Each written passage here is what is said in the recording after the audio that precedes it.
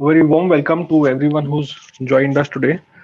For those of you who are not familiar with Anveshan, we are a forum of researchers, academicians, journalists, and activists who share a commitment to the idea that the human society needs to undergo progressive social transformation. We've been active for many years, and in the past, we've organized a lot of panel discussions and talks and conferences on a range of relevant social, political, and economic issues. And of late, we've been active online and we've organized a series of talks and discussions on COVID and other pressing issues. And you can access those discussions on our YouTube channel. So if you want to know more about Anveshan and how to be a member, please feel free to write to us. I'll just share the email ID with you on the chat box. So yeah, there you go. I've shared the email ID on the chat box. The title for today's talk is The Spectacle of Media, the Question of Market and Ethics. And we've got two speakers with us. And the moderator for the session will be Ashmita. Ashmita is a PhD scholar at the Tata Institute of Social Sciences, Mumbai. And Ashmita, over to you.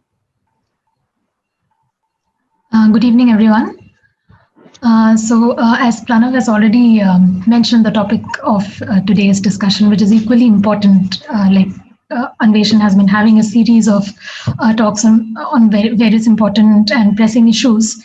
And today's discussion is on one of such very important topics.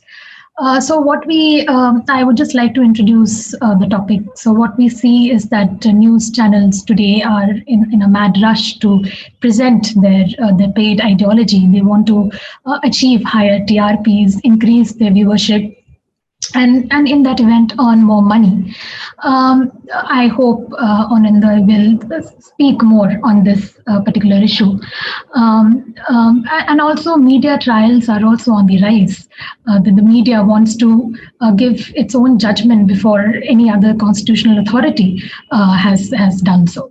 So these are some of the important issues that have emerged recently. So in this backdrop, we ask what is ethical journalism and who controls these media houses. These media houses are surviving on depending on corporate and business entities. So now I would like to invite our speakers for today's talk. I invite Aunindyo Chakravarty, who is a senior journalist. So he will go first, followed by K Rajalakshmi. Over to you, Aunindyo. Let me just unmute myself. I'm going to just start with telling the participants here a little bit about what I've done in the past. I've been a television news professional. I won't call myself a journalist because most of my life I never reported. I was always an editor. And I was with NDTV for 19 years. I quit in 2018 because I wanted to do my own things. I used to head NDTV's Hindi, which is NDTV India, and the business news channel, which was NDTV Profit. So I would actually like to begin by asking a question, and I just want to get a sense of whether the people that we address in general, who are not within the journalistic space as such, I would like to ask you, would you have any idea how much the top editor of a news channel earns in a year or every month? So anyone who wants to ask that question, answer that question.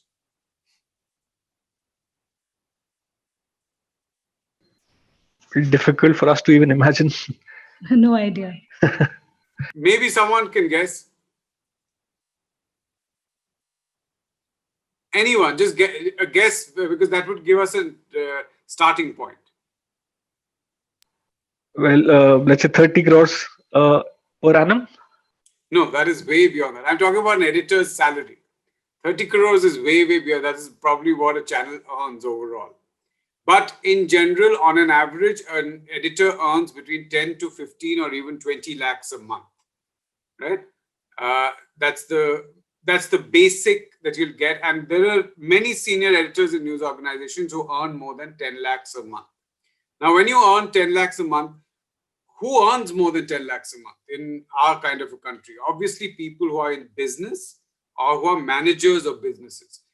There is virtually no other professional work other than maybe being a lawyer. Even doctors don't earn that kind of money. You have to become a doctor to earn more than 1 crore a year to be a doctor. You have to reach your late 50s, and then you have to have a name so that people come and pay a fee for you.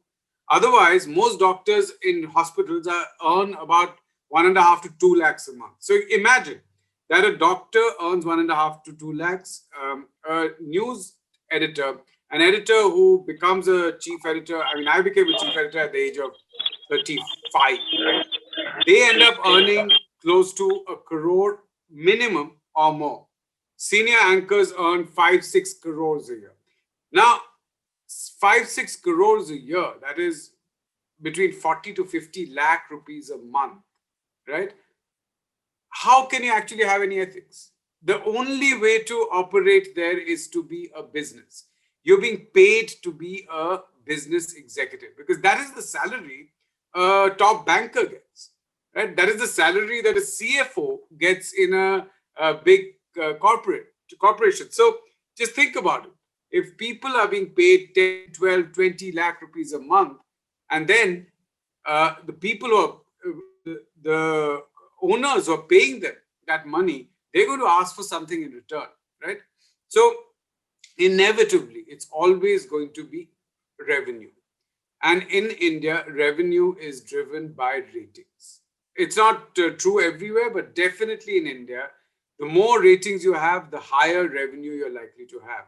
Therefore, every news editor who's getting that kind of a salary ends up trying to get ratings, right?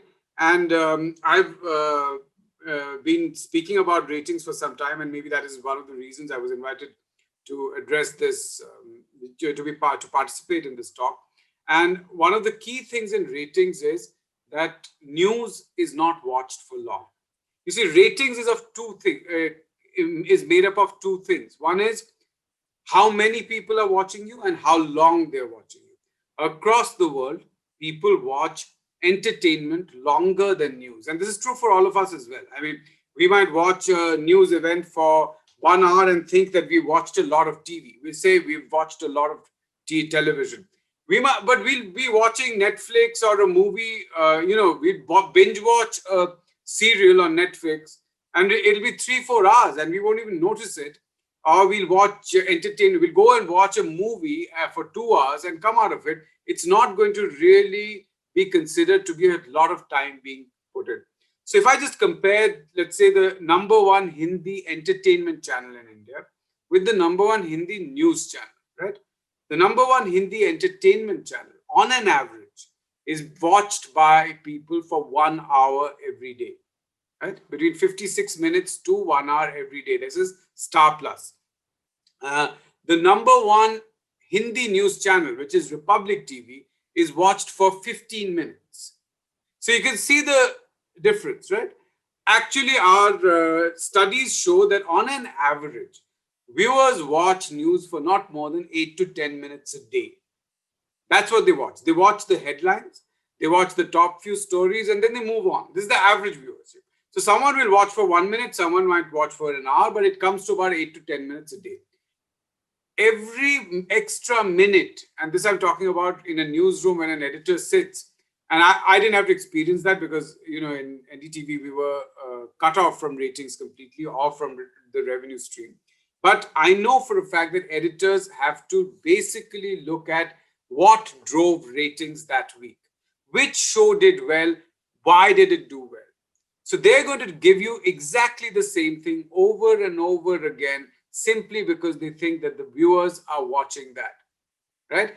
I'll give you an interesting example, which would appear to be journalism, or you would compare that the past and say, well, those were the days when the news channels showed the opposition or a new movement rising, which is the Anna Hazare, the thing organized by Arvind Kejriwal, but basically what was called Anna Hazare's entire movement that we saw in Delhi. most news channels ignored this because they did not think that this drives any ratings, right? In NDTV India, we put a reporter on it who was very reluctant because he thought that it's a waste of his time. We put a reporter on it to go and report and do a story every day, which was right at the beginning in Jantar Mantar. One day, a small news channel, I think it was Live India or some such channel, what they did was they got Arvind Kejriwal, Prashant Bhushan, and Anna Hazare into the studio, and they interviewed them for an hour. On that day, Live India became the #1 news channel in the market. It rose from being number 10 to #1. Every other newsroom then looked at Anna Hazare and said, all right, viewers want to watch this guy. We don't know why they want to watch it. We know that the data tells us that people want to watch this. So the en masse switch and coverage that you have saw of Anna Hazare was actually a reaction to what editors saw as the market out there, which is essentially the news viewership. People were spending more time watching Anna Hazare, and therefore editors put out more of that content.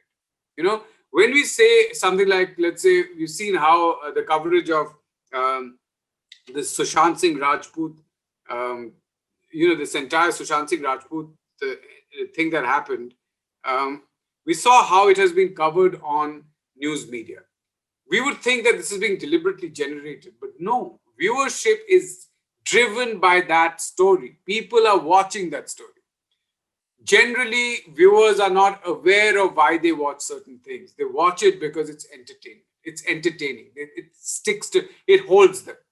As they move on, so if you ask them, what did you watch? They might say that, oh, I watched BBC News, or I watched NDTV I watched the headline. But actually, they're watching something else. They don't even know that they were watching, they were hooked onto something. If you ask them, did you watch the Sushant Singh Rajput thing on Republic TV? They'd say, yeah, maybe I watched it for 5 minutes. There is actually, when in the old days, there was a system by which viewers would take down notes on what, in ratings, the way it was covered by Nielsen was the diary system. So a sample viewer, someone whose viewership pattern was being surveyed, would note down what they watched in a day. And then when meters were put in place, the Nielsen realized the huge difference in what viewers think they watched, what they recall they watched, and what they actually watch. So invariably, it is entertainment, sensationalism. These are the things that drives news on television. And that is why we see what we see. I mean, when we talk about ethics, it is entirely driven by two things. Ratings get you revenues, and revenues ensure these huge salaries to editors, right? I'm going to pause here and I'm going to just take some questions if anyone has on this particular part that I'm talking about, if anyone wants me to, and maybe Ashmita would want to lead this in another direction.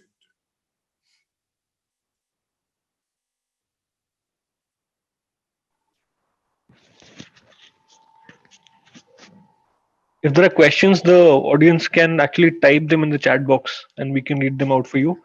And or else we can actually continue with it, Aunindyo, and we can take the questions at the end. Okay, sure. I can continue. If it's, I just stopped in case it was not being, I wasn't clear or there was anything that was... Yeah, that's perfect. I think we can take up the questions, and I'll request the audience to put in the questions in the chat box. All right. Okay. So I'm continuing. As soon as you get some questions, please let me know. And I can answer them. Sure. So if one looks at the issue, essentially, ethics has virtually no role to play in organizations which are entirely driven by the idea of revenue and profit. That's it, right? So if you look at it, I spent about 7-8 months in Times of India on the edit page. I was an assistant editor on the edit page in 2000. And I remember the editor-in-chief calling me in and telling me that we have a very corporatized environment here. I did not understand what it meant, to be honest. I was 28 years old. I had no clue what they meant by corporatized environment. It's only later, as in post facto, later on, that I realized that probably what he meant was that it is revenue and profits which drive Times of India, the group, right? So you might want to do certain things thinking that this is journalism, this is speaking truth to power. But in reality, what is driving it is essentially the objective of selling more newspapers. And the truth is that readers and viewers do not buy newspapers for content that we think is useful or content that they should know about. All studies of, for instance, Times of India's content shows us that people spend more time on advertisements than they do on opinion columns on the edit page, right? So the edit page in my time in 2000 used to have had a readership of 2% of if Times of India's front page had 100%. So if 100 people were reading the front page, only 2 were going to the edit page and reading the opinion that Times of India would publish, right? And many more people were actually looking at the ads and the classifieds. So if you look at it, that's the nature of journalism. We might have a certain view about journalism and think that we're going to speak truth to power, that we are going to raise questions to support and uphold democracy and democratic institutions. But one must remember that essentially that the person in whose name journalists get these awards, right? Pulitzer Prize. Pulitzer was essentially a yellow journalist. He essentially ran a paper which was entirely sensationalist. It was full of fake news. And that's the person in whose name we give these great journalism awards. So ethics in journalism is an entirely personal space, which in my opinion could have been upheld if the editors themselves were people who were earning, let's say, the same amount of money that an academic earns, right? When I was young, my uncle was, a journalist, and he was president of the Delhi University Union of Journalists, right? And I knew for a fact that my parents, who were college university teachers, and they were paid more than my uncle earned, right? Today, a university teacher probably earns, a senior university teacher probably earns 1/8 of what a senior journalist earns. So this difference makes journalism an entirely corporatized, business-oriented entity. Of course, one can ask a question, and I'm just going to take 2-3 minutes more. One can ask a question that what stops people like, let's say, you to set up an organization and be entirely driven not by money and profit, but by the will to provide information to people, which is, as we said, that which is useful to society, which upholds democracy, which questions power, which speaks to power. Well, ultimately, it's a question of distribution. How can you reach the last viewer, the last reader? And this is where money power plays a huge role. And this is where state power plays a huge role. And that is why I'm going to end by saying that this entire thing, when we talk about ethics and market, the market ensures that there can be no ethics in journalism. The dominant journalistic practices, if one can call it journalism really, the dominant journalistic practices that the market promotes are all oriented towards revenue gathering, to get revenue. And it's an accident if it speaks truth to power. It's just an accident, a byproduct of the process of getting revenues. The general trend is always to align with power, because aligning with power ensures more money. So I'm going to pause here and I'm going to take questions, or we can continue with it and take the questions at the end, whichever works. Thank you, Aunindyo, for your insightful talk on what if there is something called ethical journalism, and if media houses are actually democratic spaces. And I really like the bit where you actually spoke about it is not just about money power, but also state power, and how ratings, actually, is linked to, increasing revenue, and how that, directly gets translated to what the editors are and how are they getting paid and what kind of salaries are these editors getting paid, and what controls actually viewership, and also who controls media houses in general. Now, I think we will take the questions at the end. I would like to invite Rajalakshmi, our second speaker, who works with the Frontline, to actually shed some light on the topic. Over to you, Rajalakshmi. Okay. Okay, thanks. Thanks a lot for this. I'm very thankful to Anveshan for asking me to speak on this. And I think Aunindyo has set the mood, if I may say, for this conversation. And and I think that the topic of of today's discussion is very interesting, because you use the word spectacle. You use the word spectacle, you use the word market, and you also use the word ethics. Now the other two aspects have been spoken about a little bit. I'll of course generally reflect on these issues as such, because there's so much, as I was just in fact mentioning a little while earlier, uh, that the media is always under discussion. There's always something to say about the media today. It's not because people are indifferent. Clearly, it's because people do have an interest in what the media, and especially the news media, has to say.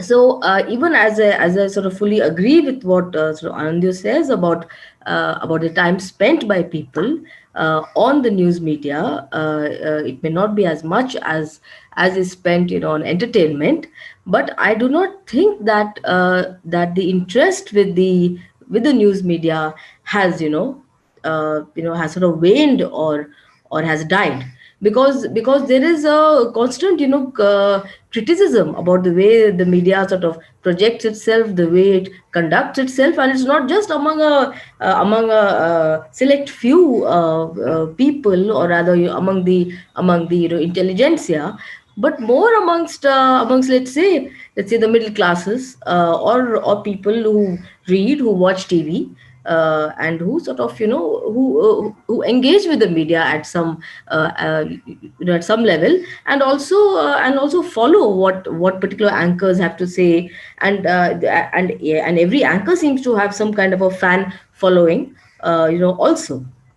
And as some, of course, newspapers also have, and so the print also has its following, and the television channels also have their following, and in the digital media too, there are people who are sort of read, who are followed, and their work is sort of appreciated as well. Now, about this thing about the spectacle. Now I'll just start with the word spectacle. Yes, it is a spectacle. It's a show. It's a constant 24/7 show which is been sort of bombarded on us, and there is little of news and more of entertainment. Yes, and the entire idea is to sort of garner as many eyeballs as one can in that short span of time, and which of course translates to better ratings, to more revenue, all the things that Anindyo has already discussed. But I feel that it is not something which is really based on a proper survey of what people really want to see, or want to watch or want to read.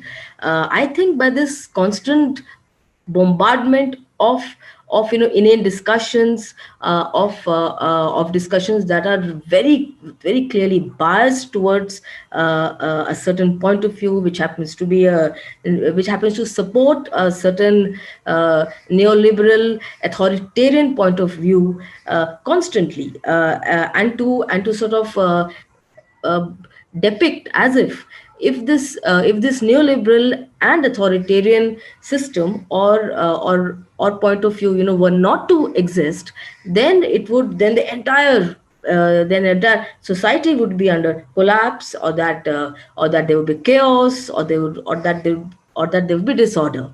So I think there is a deliberate strategy to sort of constantly purvey certain ideas which are inherently anti uh, democratic in character, which are highly sectarian, which are extremely biased, to the extent that the Supreme Court also has been talking about it, has been compelled to, let us say, to sort of reflect on these issues, that it's a matter of concern the way the electronic media has been conducting itself vis-a-vis the depiction of certain communities in society, and which would sort of lead to disharmony, etc. So my point is that the choice of words, the selection of people on such discussions, and the choice of topics itself is a concerted attempt. And of course, it's diversionary. It's entirely diversionary, because it deflects public attention from the real issues. So it's a spectacle in that sense. It's a spectacle because it's bombast. It has more fury than substance, and let's say the threshold, the attention threshold of everybody, the anchor, the participants, as well as the listeners. They're all extremely sort of limited, and they're constricted to a very, very sort of narrow space and time, leaving in fact very little opportunity to either for the viewer to reflect, to cogitate, to to to perhaps just digest all that's happened in front of her or him. So this spectacle is I think essentially sort of necessary for the propagation of a certain system, which is essentially authoritarian in character, and which is neoliberal in its economic outlook. So this is my primary hypothesis. And so we see. So what do we see? We see a spectacle. Okay. Now, for instance, what are the characteristics of this spectacle? There's a very disturbing homogeneity in this spectacle.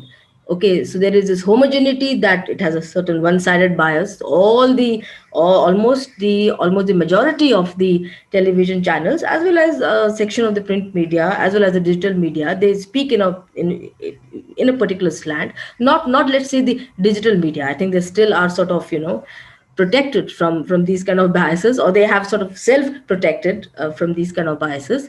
But yet there is an aggressive section in the digital media also, which has of course recently formed an association to protect its own interests, which I think some of us are discussing a few days ago. Anyhow, so this homogeneity, this spectacle has a certain homogeneity, as I said. So this homogeneity is that you have one-sided biases are there, and this and there's a homogeneity in which there is a deliberate ignorance of the real issues faced by people. Okay, for instance, livelihood issues, etc.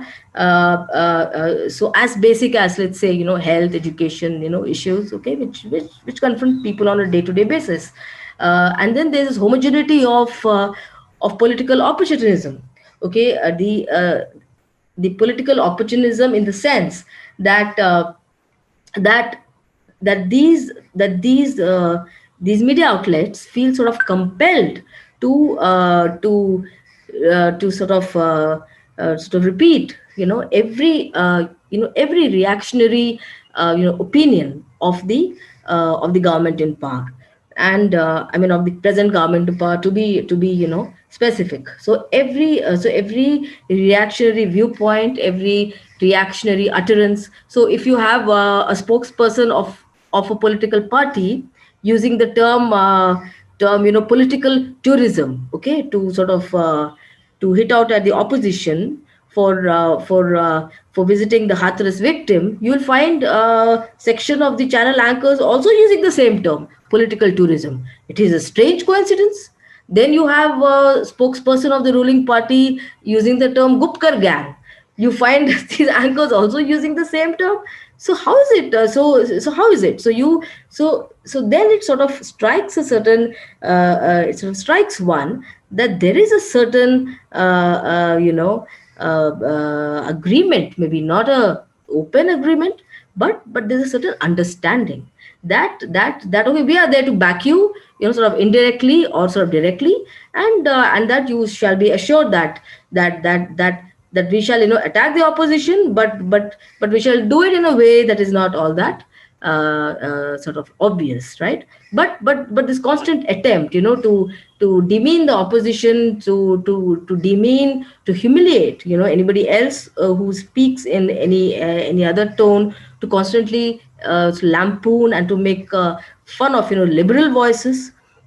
So there is a certain strategy behind the spectacle, okay, which also appears to be, as I said, homogeneous in character, barring for the odd exception here and there.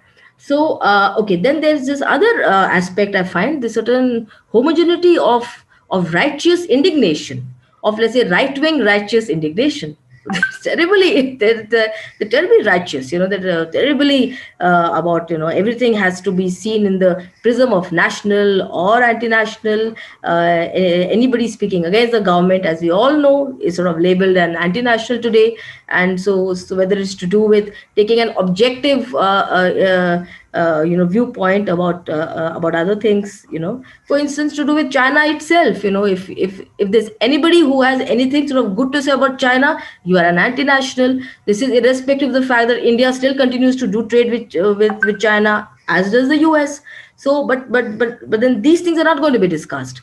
But so at a very superficial level, that support is extended to the government, at the same time, any voice that is even sort of remotely critical, as we all know, it's either muted, the voice is muted, or the person is not allowed to speak for very long, or and the program is ended within a span of half an hour for the next onslaught to begin. So in a particular day, or within that particular slot of news hour, there are 3 or 4 topics that are sort of packed in which the thrust is mainly, I mean, in a very subtle form, and sometimes in not so subtle form, to act as a bulwark of support for the ruling government, in terms of the ideas that the government stands for, or in terms of the various policies that the government has been pushing. For instance, there was hardly any critique, on the media, in which the farm bills were pushed through, or in which several ordinances were pushed through, in which the labor laws were pushed through without even the opposition sort of sitting there to vote on it. So there were several decisions of the government which ideally should have been questioned by the media, but they weren't questioned. So this little unholy nexus exists, which also extends to the corporate sector, and now almost, of course, 99% of the media is, of course, private, and it's owned by some corporate entity, or the other. So this whole idea, as I said, about the spectacle, and this uncanny, homogeneity of ideas that cuts across several of these dominant media channels, okay, in which they support a certain idea, as I said, that of authoritarianism, as well as neoliberal policies, which are sort of mutually beneficial, which sort of are mutually beneficial to both the government, as well as the media, as well as those people who earn the fat packages of 10 to 15 lakhs per month, okay. Then I just want to sort of mention one or two more things. Of course, then this whole thing about this false, outrage. There's I just read about this term for outrage, in one of the articles that I was looking through some days ago. So, which is false outrage. So what is this false outrage all about? And directed against, of course, which is accompanied with a lot of righteousness. Also, it's against leftist influence, in higher education, against liberals dominating culture, sort of liberals dominating your higher education, and not allowing anybody else to speak, or restricting freedom of speech for the right wing and all that. Okay, so this outrage, this outrage again is one sided. This outrage is again institutions of higher education. We all have seen in the recent past how certain educational institutions were targeted and singled out. Okay, because they represented they represented liberal critical ideas. So here you have to sort of rubbish those institutions. You have to rubbish anybody coming from those institutions, and anybody who's remotely associated with those institutions. Okay. Then you have this false outrage, been directed against popular movements, popular secular and non-sectarian movements like that of the CAA.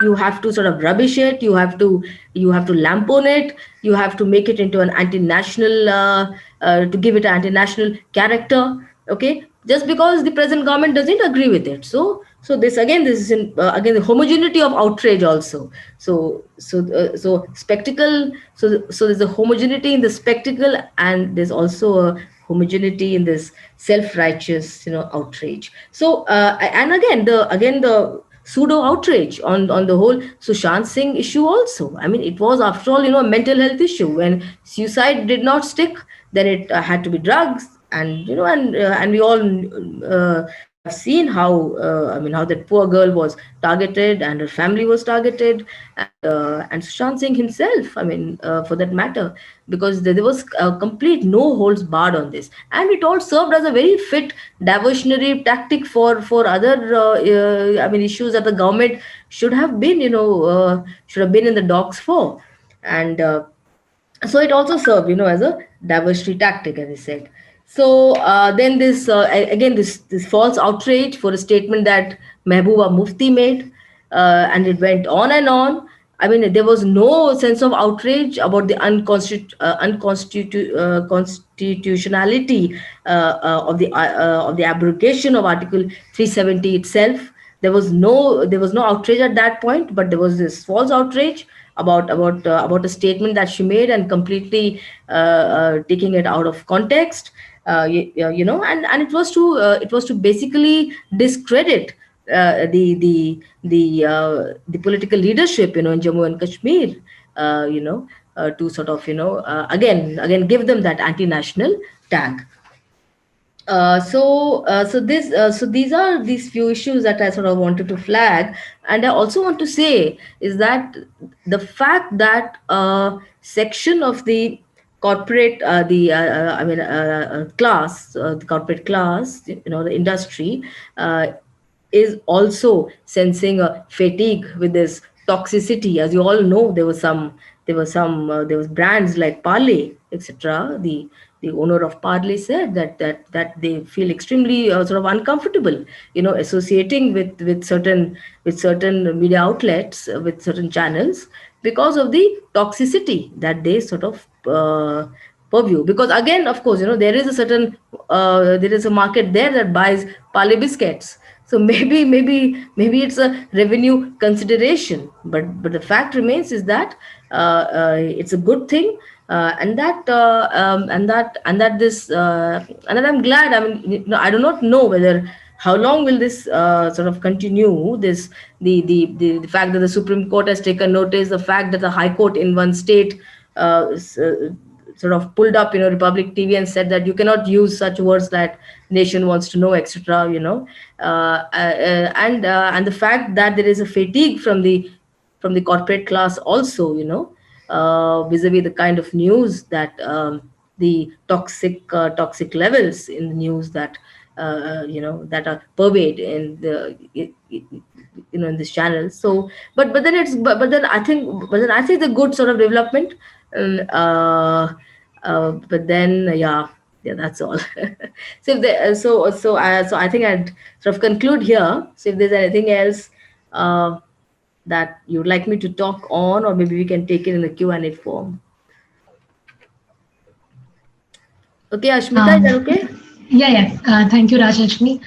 I think you have covered quite a bit of from where Aunindyo left. I mean, this whole thing of the homogeneity of false outrage and the pseudo outrage that you were talking about, and also how neoliberal authoritarian character of the media is emerging now very prominently, is also one very important issue that has come up from your discussion.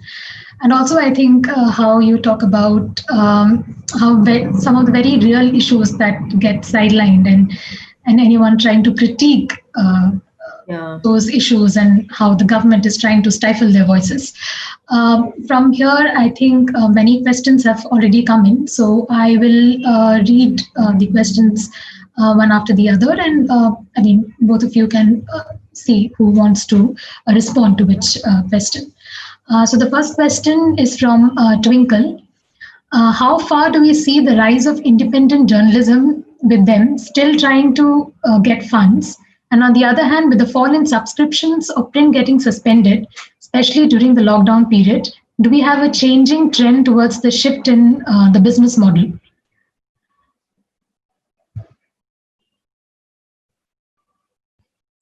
Do you want me to take that question first? Yeah, you can respond to this question. All right. So I think that essentially, you know, what COVID has done is that it has made existing news organizations much more savvy, and they are. And as Rajalakshmi was correctly saying, that there's been a corporate takeover of news media, right? And that space is being increasingly consolidated. So I do not think independent entities which do not have an independent revenue source, and this is an important thing to remember, independent revenue source can actually survive, because ultimately they'll have to pay salaries, right? So if you do not earn enough to even pay salaries to run your computers, your servers, your office, then you cannot exist for long. It's not possible unless. So it can be a combination of subscription, donations, grants, and ultimately advertising, right? Because what happens is that essentially you start seeing your revenue falling, and then you cut back on distribution. Now, one of the questions here that I'm seeing, I'm not going to, but it raises the issue of social media, a lot of news consumption taking place in social media, right? And therefore, social media in itself helps you reach people without spending anything. But we know from various kinds of exposés about Facebook, partly Twitter, how they actually stop certain kinds of journalism, certain kinds of operations are deliberately stopped by these social media giants, so that they are not in trouble with government. So I think independent journalism is at its time. And it will last on its own as long as it can keep its costs under control. It will stay in that niche for its niche readers, for its reaching out to certain kind of people, but it cannot exist and compete against the larger players. It cannot be done. There's no business model to do that. The only way is for people to pay for it. Now, I'll just take one example. People pay more than 200 rupees per month to take just one newspaper, let's say Times of India. One of the cheaper ones. Cheaper because you get a lot out of it. I mean, you drop some milk on the floor, you can buy it, you can sell it to a kabadi and raise money from it. So obviously, in that sense, it's a cheaper newspaper to buy. But people do not want to pay even 3 rupees for an NDTV 24/7 or NDTV India per month. So 3 rupees per month versus 3 rupees per day. The habit is to take the newspaper, right? So I do not see subscription as a model being very strong in a country like ours. It's not going to last. Another problem I think that digital media faces is that the era of cheap data is over. Unless the government provides cheap data, it's going to end, because we know how telecom companies have fared. They have essentially been making massive losses. Airtel made 25,000 crore loss last year. this year, this quarter, it's ended up with 820 crore loss. So these are not sustainable. So prices have to be raised. They've already been raised. And we know that even for a family which earns, let's say, 10,000 rupees a month, if SIM card costs go up by 100 rupees a month, they're going to get off data. So therefore, that itself is going to be a constraint when it comes to business models. I think that the only way they have sort of adjusted to the new situation is by sacking people and by cutting down salaries quite a bit, and also by reducing PF contributions. So that has happened, of course, and yeah. As far as yeah, so you have the print media, of course, so encouraging people to go in for the digital subscriptions, because print orders have naturally sort of come down. And yeah, but I think the digital space is already sort of has its own little, monopolistic, monopolistic players, for that matter. Exactly. In fact, if you're not part of the Google, Facebook, that entire space that exists, Amazon, Google, Facebook, Right. then there is very little you can do, actually. And now with Geo coming up and the government actively promoting Geo, making space for Geo, Exactly. I think that this is a new large giant which is going to emerge in the digital space. So as you said, that you can have pay cuts, right? Pay cuts, people will continue to work for you. But after a few months, they'll have to pay their children's school fees. They have to, the refrigerator conks off, they'll have to buy a new refrigerator. And what happens is that they then have to make compromises to make a living. And if a Geo says that, okay, you're earning 50,000 rupees here, take 70,000 rupees and come and work with it, people will ultimately have to make that adjustment and move, because they have to earn a living. They have to run their families. So that is why I'm saying ultimately there is that consolidation is going to be so strong. And technology has become so cheap right now that you don't need money to run any of these entities except for distribution and control of distribution, which is completely corporate and run by the state. And that independent entities cannot compete.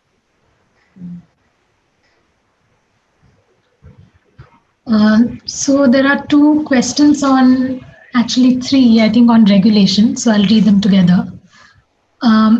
First is Sakib's.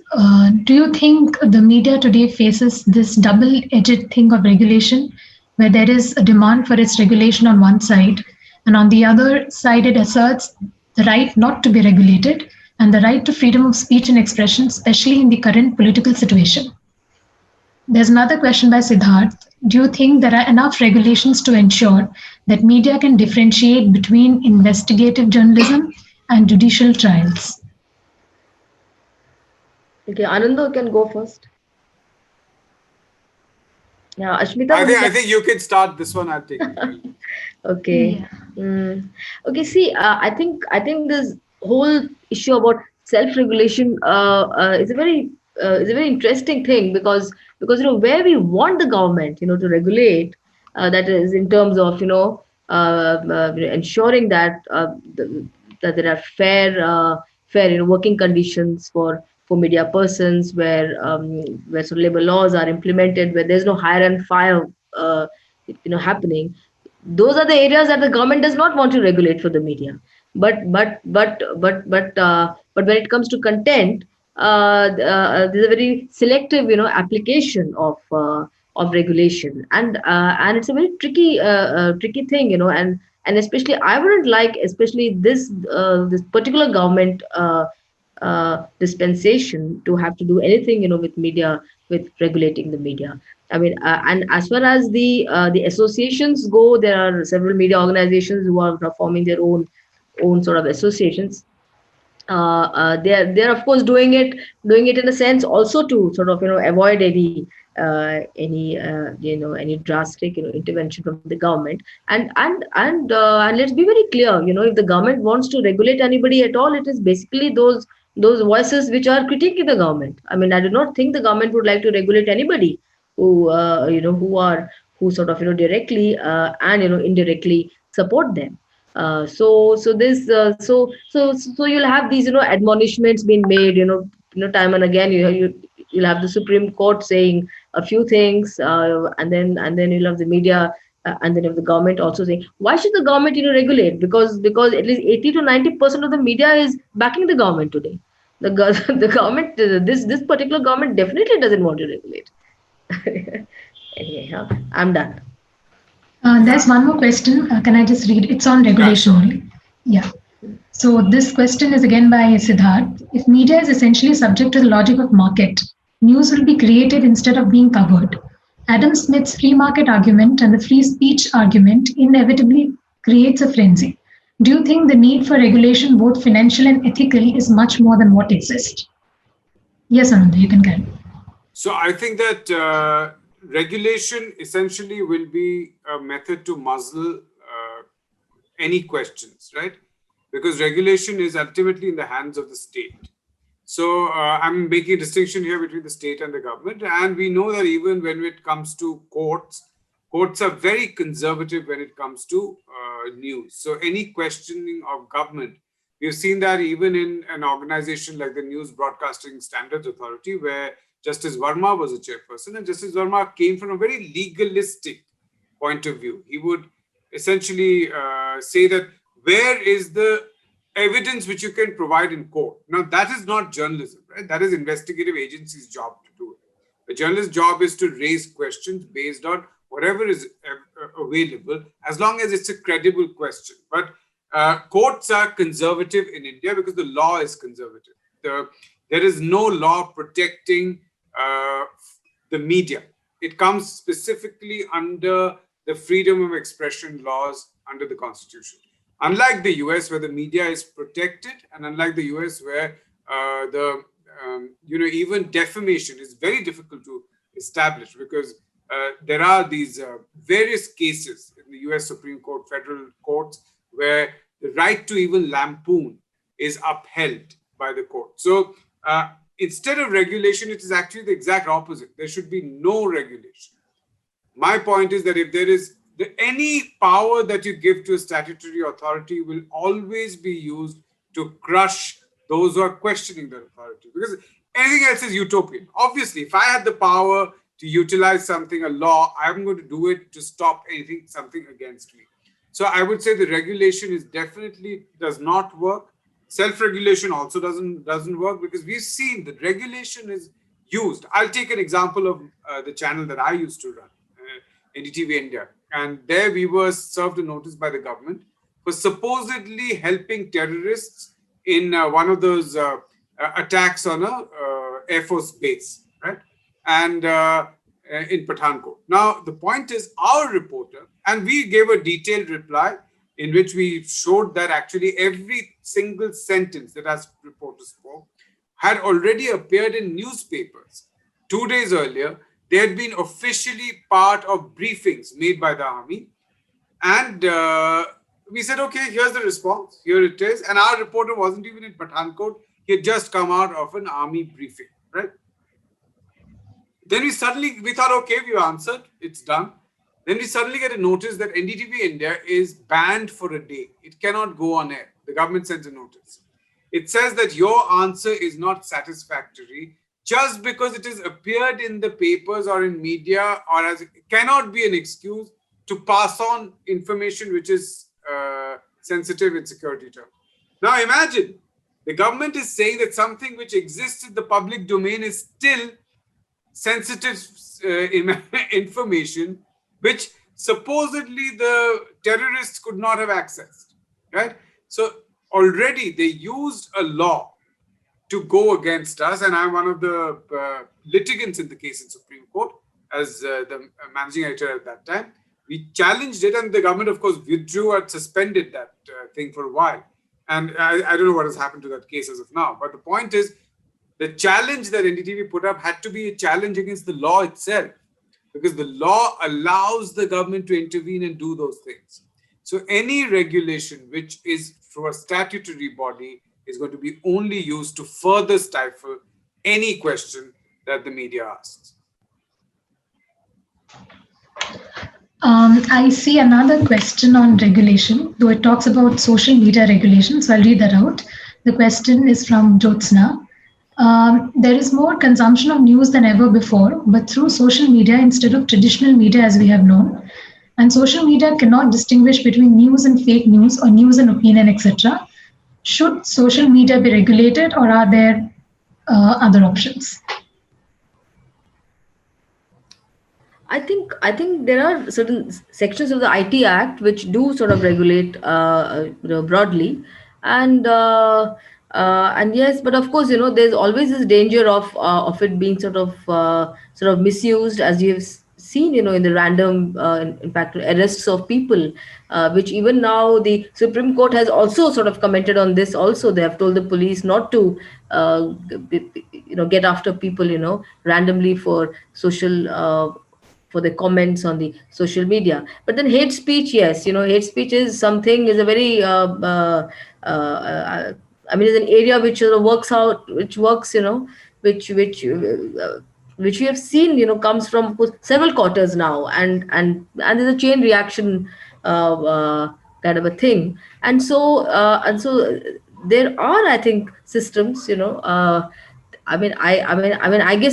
guess, it all depends on the on the particular government sitting in place today. I mean, if they want to sort of misuse any law to their advantage, I think any amount of protection from the misuse is not going to be of any use as such.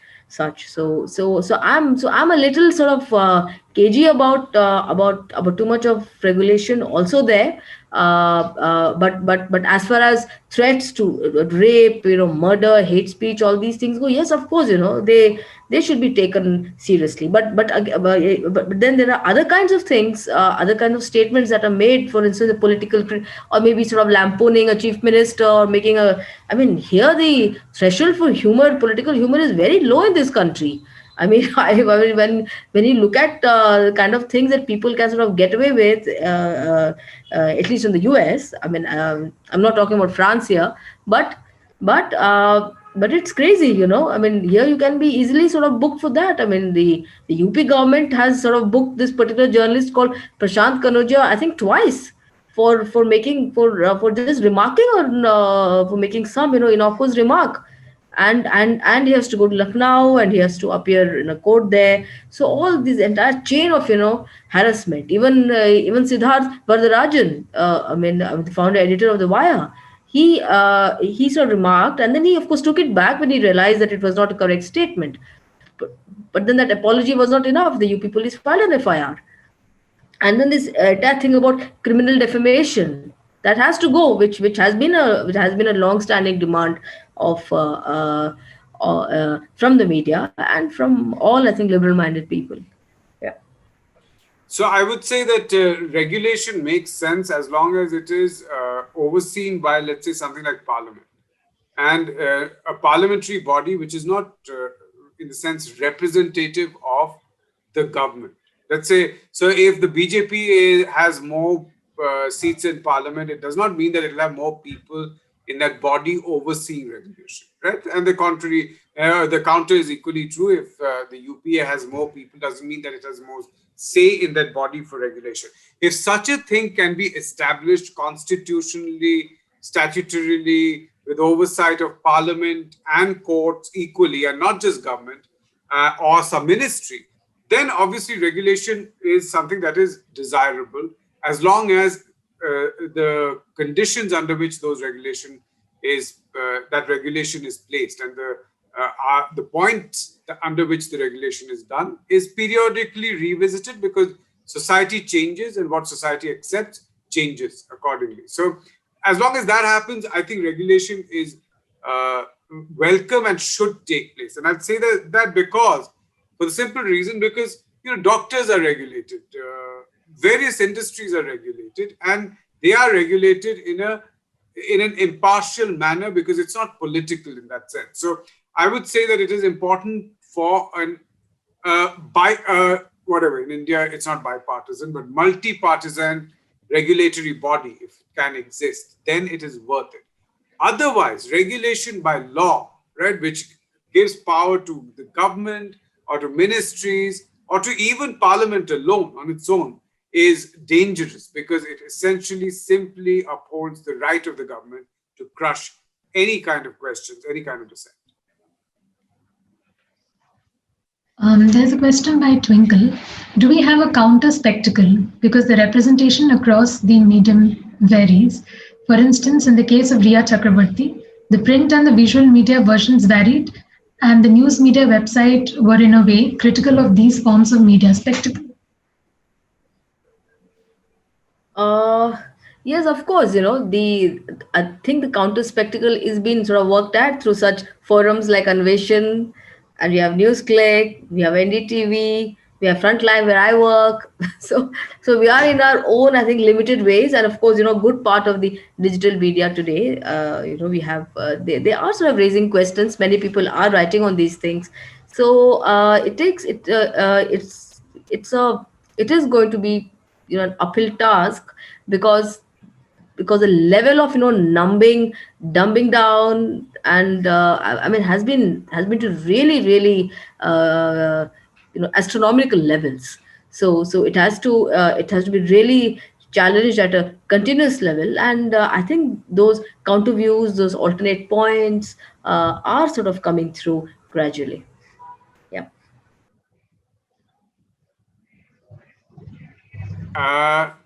I would like to know what you mean by counter spectacle, because I didn't really understand. Is it do you mean it's an opposition to the creation of spectacles? Is that what you mean?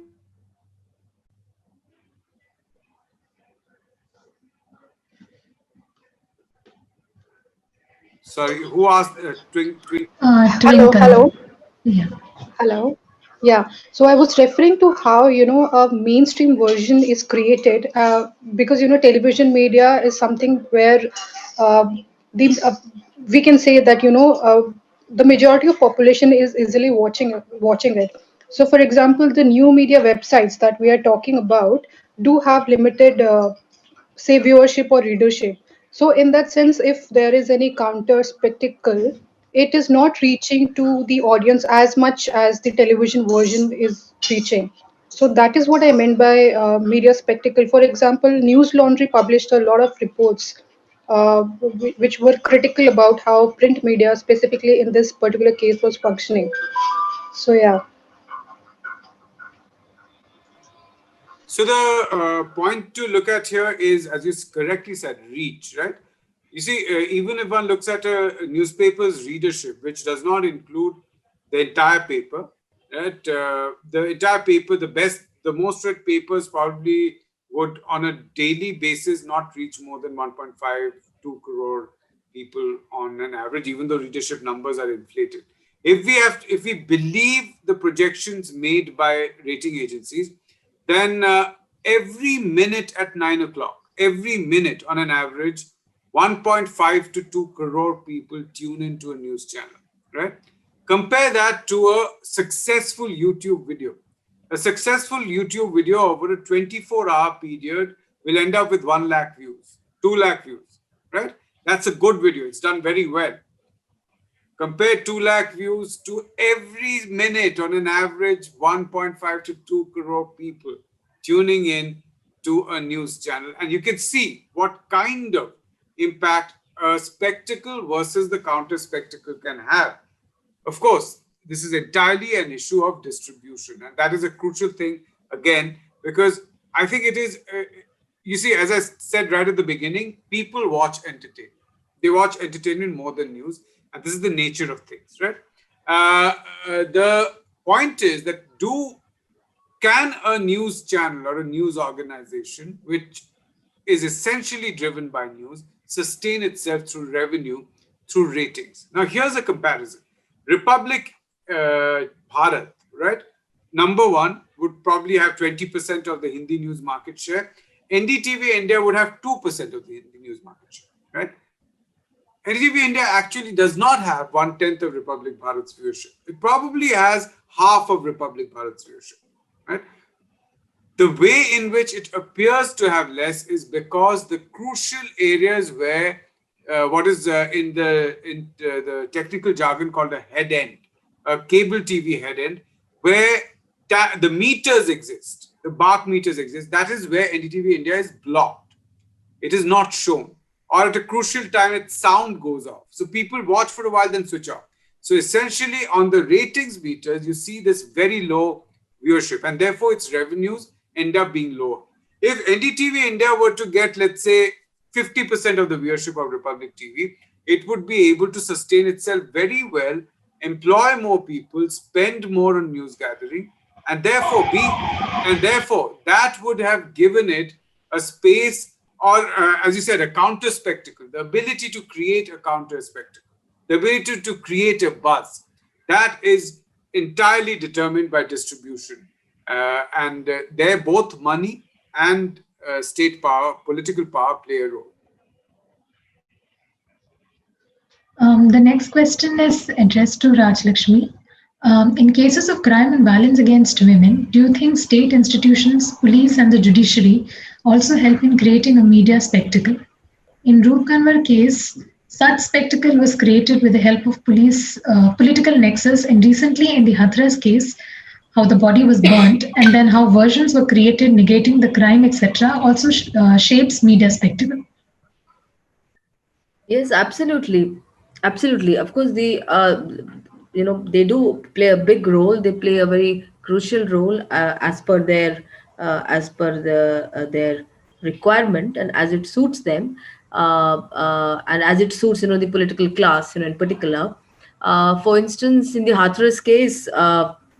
We all saw how this entire spin was being given that that there was no rape being committed. An additional DGP, he's a senior officer, coming out in public and saying that there was no rape, and as if completely negating the fact that the poor girl had been murdered. I mean, it was of no consequence at all, as if it was of no consequence at all.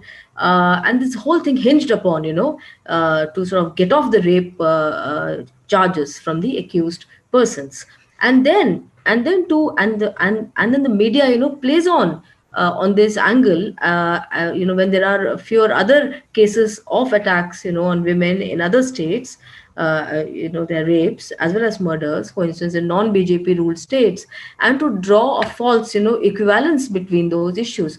For instance, there's this priest who was murdered in Rajasthan, involved I think it was some kind of a land dispute, and then to have the gall to state also. There's this anchor, this prominent English speaking anchor in one of the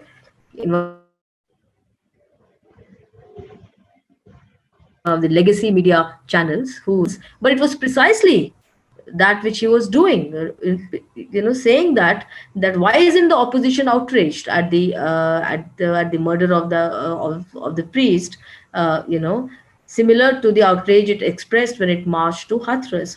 Again, when a minor was raped and murdered in Punjab, a very unfortunate and cruel incident, they again sort of raised this issue as to why isn't the opposition marching to Punjab now.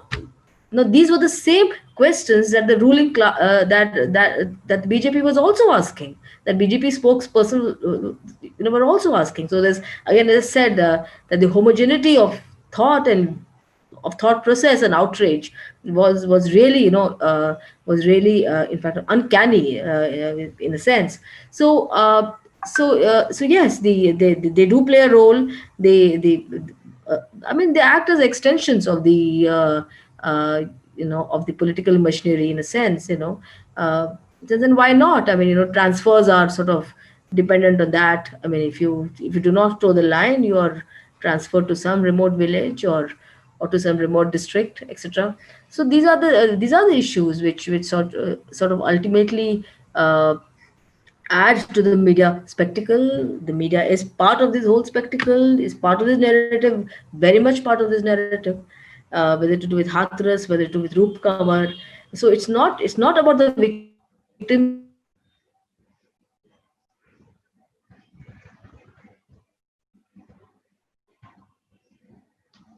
narrative that is being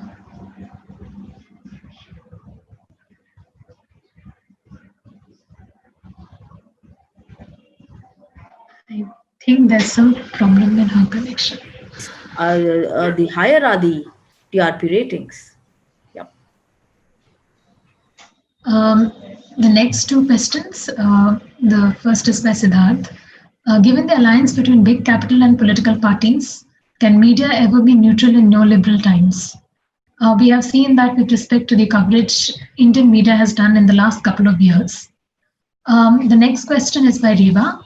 Don't you think the essential problem lies with the system of private property? In a system of private property, the profit motive dominates, and therefore, instead of the invisible hand, we will always see a malevolent foot where capital plays an important role and the profit motive will dominate. How do you think that can be addressed?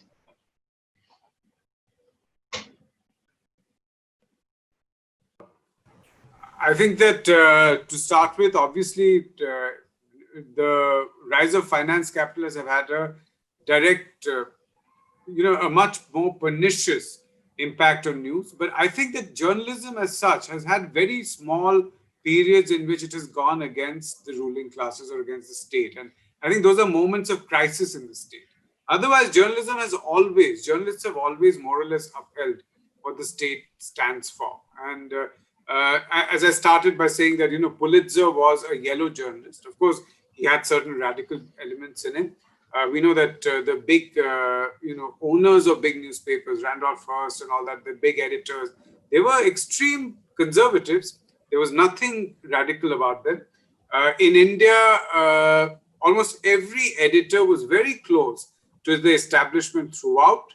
There have been questions raised during the emergency, and right after the emergency, there was a certain kind of, questioning that began. But again, it more or less fell in line. So I think that we've always had a sense as if journalism is this great entity which is outside the overall space of the state and overall control of capital.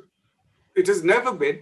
Yes, it has become worse in countries like India over the last few years. But, you can go back 20 years, 30 years. After all, Chomsky's book, the thing that he co-wrote called Manufacturing of Consent is from 1988, right? 1988, that is 32 years ago. And I'm assuming that he probably started writing it earlier, right? So these are not new things. These have existed for a very, very long time. We know about John Pilger's critiques, which are from the 70s or even earlier. We know of the history of the rise of Rupert Murdoch. It is from the 50s or even earlier. So this is a standard process that has always accompanied capital. And therefore, to expect journalism to actually stand up and speak, I think is to some extent a utopian idea. And probably I would say a liberal idea, which thinks that democracies are essentially spaces where everyone can speak. But I personally am a pessimist when one comes to that. I think that the earlier lot of media owners, that is pre-independence and quite a bit after independence also, they somehow had they shared some kind of a vision of an India which would sort of usher in some social an economic transformation. And so there were some common ideals. The constitution, okay, was a very, very sort of modern, liberal, broad-minded document. So all these things, so they were imbued with those ideas of liberal thought.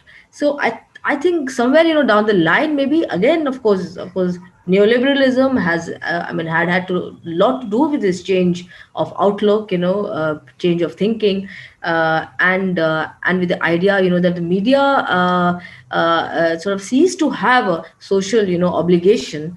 But now when you talk about the media, it's always the media and industry, it's a media industry. I mean, so when you talk about of it in terms of an industry, you're clearly, it's not just, it's not just the workforce that one is speaking about, or for that matter, the relations of production there, but the fact that there is a certain amount of revenue, profit, etc., to be sort of made from this industry also.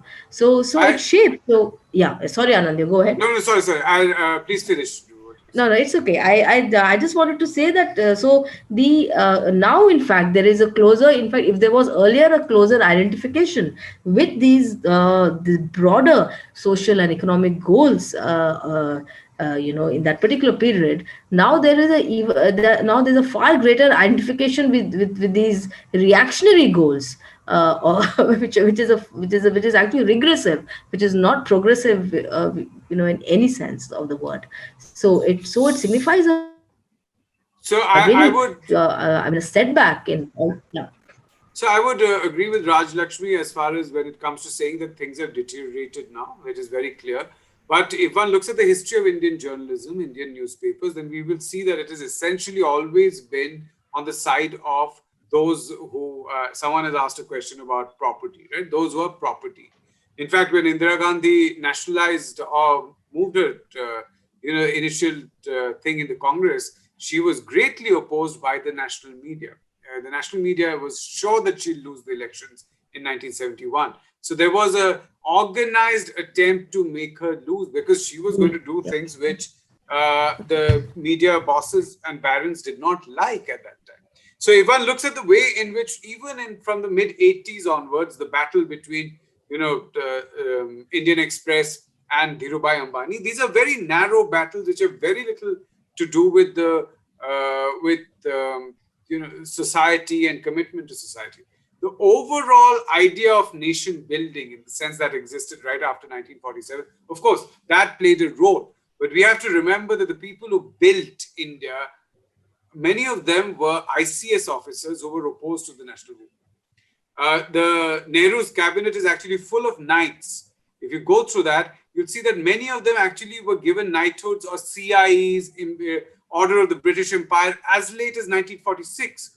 So we tend to have a slightly rosier picture of the past because we are living in the present probably, but actually it didn't exist. I think that is what one has to be clear about, because it cannot exist. I mean, either we believe that capital controls institutions, capital controls what some would call the ideological state apparatuses, which is media is a part of that, right? Of course, media, academics, these are battlefield areas where there certain battles are fought, but ultimately they're organized to uphold, reproduce the class relations, overall class relations. So therefore, to assume that it will be anything else, in my opinion, is utopian. And one has to find areas where one can fight it, have these short struggles, how to use methods which can give you space to operate. But overall, to expect mainstream media to do that, that is, in my opinion, is utopian. Related to your response, Ananda, I think there's another question from Surajit Das. Is it possible to make the media relatively more ethical in this part of the world somehow? What should be done to make our media better under the ongoing neoliberal capitalism? I think that there is no way to resolve it. I'll tell you why. Because I am one of the people who introduced in India something called mobile journalism. I did it in NDTV India, and NDTV India was the world's first news channel, broadcast mainstream news channel, to operate using mobile phones, 90%. Right? What that did is that a broadcast camera costs somewhere around 35 lakh rupees, a good quality broadcast camera. A mobile phone, a great mobile phone with good cameras, costs you 50,000 rupees. A broadcast tripod on which you put a camera costs 75,000 rupees. A mobile phone tripod costs 1,500 rupees, right? So you can see the difference that mobile phones make to news gathering. On the face of it, this would suggest that you can democratize news gathering. Actually, it's exactly the reverse, because ultimately, news gathering is not enough. What is required is reaching people, right?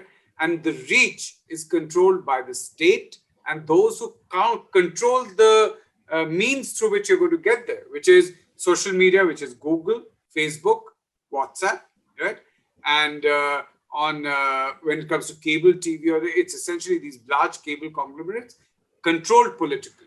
So essentially, it has become even cheaper for large companies to run their operations and continue to control media. So I actually feel that this is going to be even worse than what we are seeing right now. There is no way out of it. The only thing is that it might be something that we like. You might find information out there, because liberals are as big victims of confirmation biases, fake news, as anyone else. The left is as big a victim. I've seen many of my people who share my kind of an ideological position tweet or promote or share things without checking, which are completely false, because it goes along with their confirmation biases. So yes, maybe if the BJP loses the elections, if Modi is put in and someone like Rahul Gandhi becomes prime minister, let's say, right? And then he'll have his own set of conditions which might benefit or make you feel that, okay, everything is fine because there's free speech, right? But to right-winger, there is no free speech. So today, do we know, for instance, I'm going to take a very controversial issue here. Do we really know that Pragya Singh Thakur is a terrorist? Do we know it? Do we know whether Colonel Purohit is a terrorist? Or do we want to believe that the police investigations in those cases are valid and correct, but they are absolutely invalid when it comes to the investigation of the people who have been arrested recently and have been in jail for such a long time, who have been branded as Maoists? When we look at those investigations, we say these are false, right? But we know that a lot of what we call saffron terror is essentially based on confessions, and there's no evidence. To me, I mean, I'm guilty of running a half-an-hour show on it in NDTV India. I did not question whether this is true or false, right? In hindsight, today, I look at it and I think that what is it easy for me to believe the police when it comes to things which I think are good for society, right? So I'm saying that therefore, you might think that the press was free. You might, and I would invite everyone to actually go and search for the Radia tapes and just read the transcript, which I've been doing for the past few days. And it's literally shocking. It is quite shocking when you read it and see the collusion between media during the UPA period with corporates and with certain political parties and certain ministers and how it operated. So this is not new. This is not new. It is just that this is something that we don't like. It is something that affects us, right? So that, I think, is something that we have to accept and question ourselves. That do we believe that the media was better earlier because it was like us, because it gave space to us? Or is it, to many people, it is better now who were not being able to speak, right? So what I'm saying is, essentially, the media stands up for the people who are currently in power in a very narrow sense, not the class, but the political parties and the political groups. And that takes place. And ultimately, the biggest censor is corporate India. So I don't actually care about politicians censoring or governments. I think corporate censor the most compared to anyone else.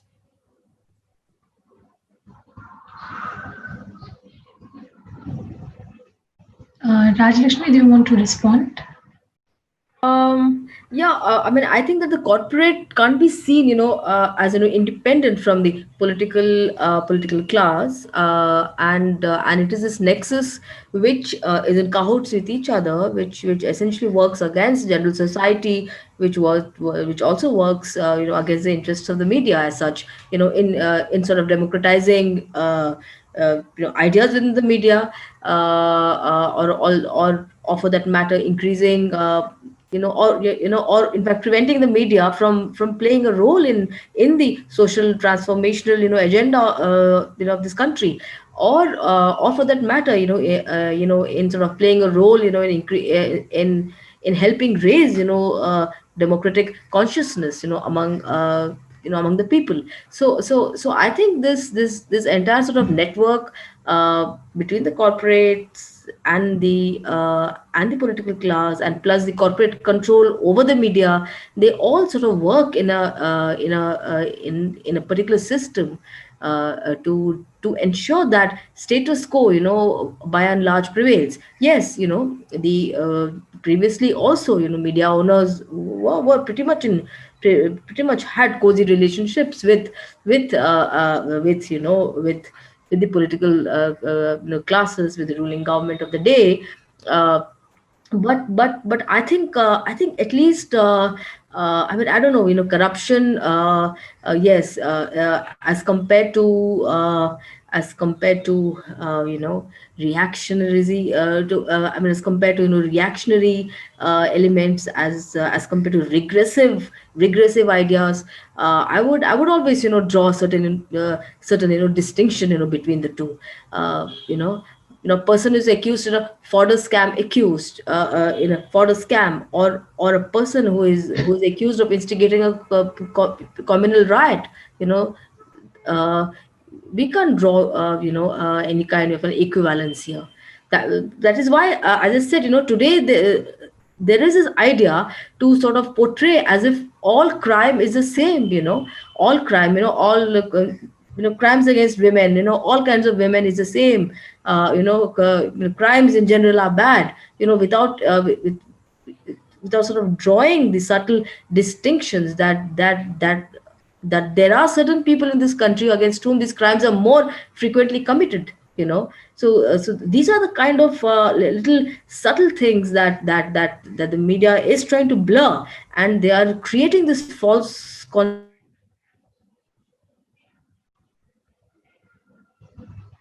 among the people of this country also, to sort of blur this to sort of project as though everything is fine and hunky dory. All you need is an authoritarian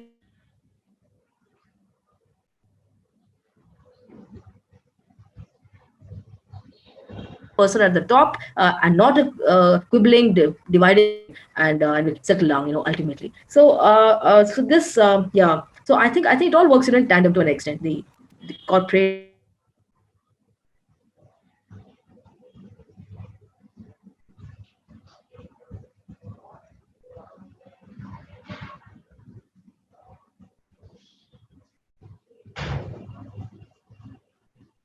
class, they work, very much together. Have been changed, yeah. So an example,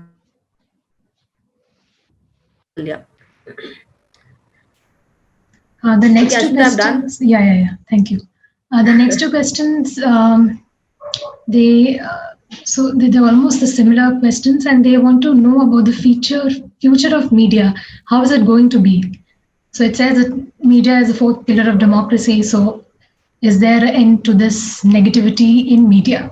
So there are two similar questions. I've just clubbed both of them.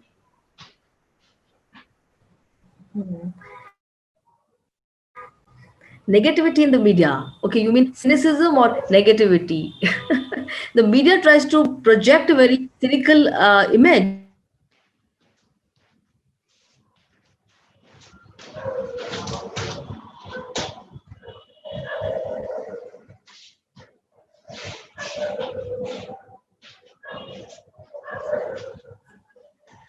In fact, I would have asked the same question as well, that what exactly do you mean by negativity?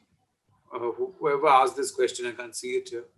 What do you mean by negativity? Do you mean that the media is playing a negative role, or that the media has a negative attitude towards society? Could you just explain?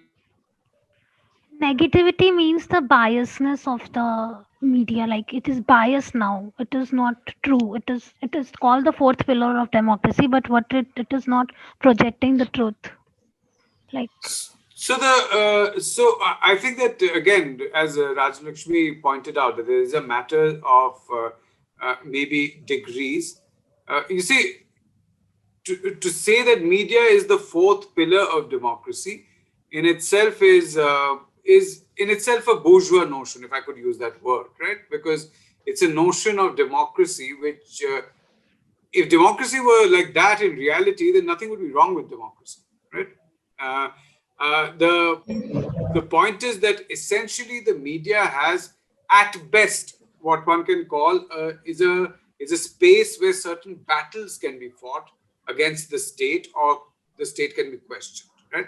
Ultimately, historically, news media has always, and this is There's something that everyone should know, that news media has always historically been an extension of state power.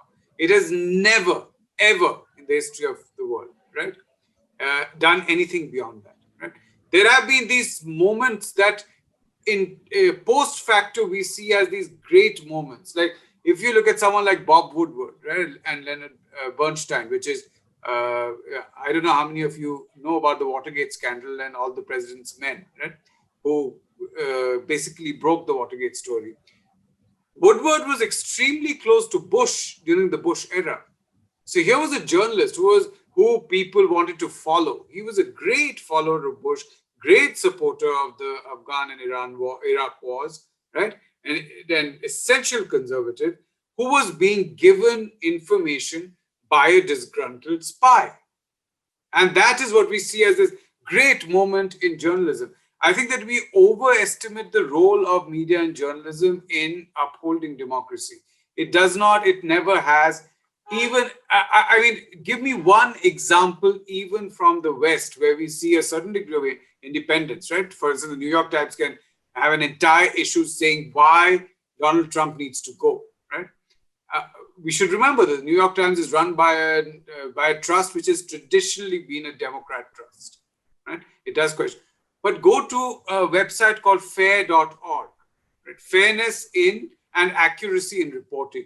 And you'll find endless number of fake news being printed deliberately by many of these organizations, which we see as these liberal, these stalwarts of journalism in the world, right? And one of them was the way in which Saddam Hussein was completely falsely portrayed, as if the UN has said that Saddam Hussein has WMDs, which is exactly opposite of what the UN had said. And this is not something that was not reported by New York Times. New York Times played the exact same role. Ultimately, one of the great news anchors, Dan Rather, had to resign because he basically did a story on how I think it was a question of how a certain kind of banned chemical weapon was used by the US Army, and he had to go because it was suppressed. So what I'm saying is that we tend to have a very rosy opinion about media, and sadly a lot of it is created by journalists themselves, who seem to have this holier than thou attitude that we are speaking up for the truth. They're not, and they never have, and especially editors never have. They've been very cozy and close to dispensations of various kinds, whether they're within political parties, opposition political parties, whether they're with certain companies, right? And that is something that you have to know and understand. And I'd say that this is not the media is not the space where you can fight those wars, because it cannot be fought at that level. That is my argument here.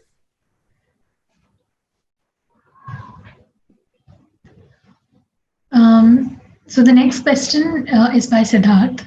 The big news channels running on big capital are essentially playing into the hands of the central government. We have often seen how the regional media, both print and electronic, which function on small capital, often try to counter those narratives, especially in non-BJP ruled states, representing the central regional divide. Do you think regional media is capable of playing a significant role in such a scenario?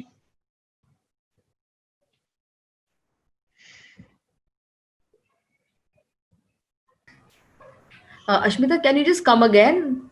The big news channels running on big capital are essentially playing into the hands of the central government. We have often seen how the regional media, both print and electronic, which function on small capital, often try to counter those narratives, especially in non-BJP ruled states, representing the central regional divide. Do you think regional media is capable of playing such a significant role? Well, I can say one thing, that the regional media is definitely more diverse.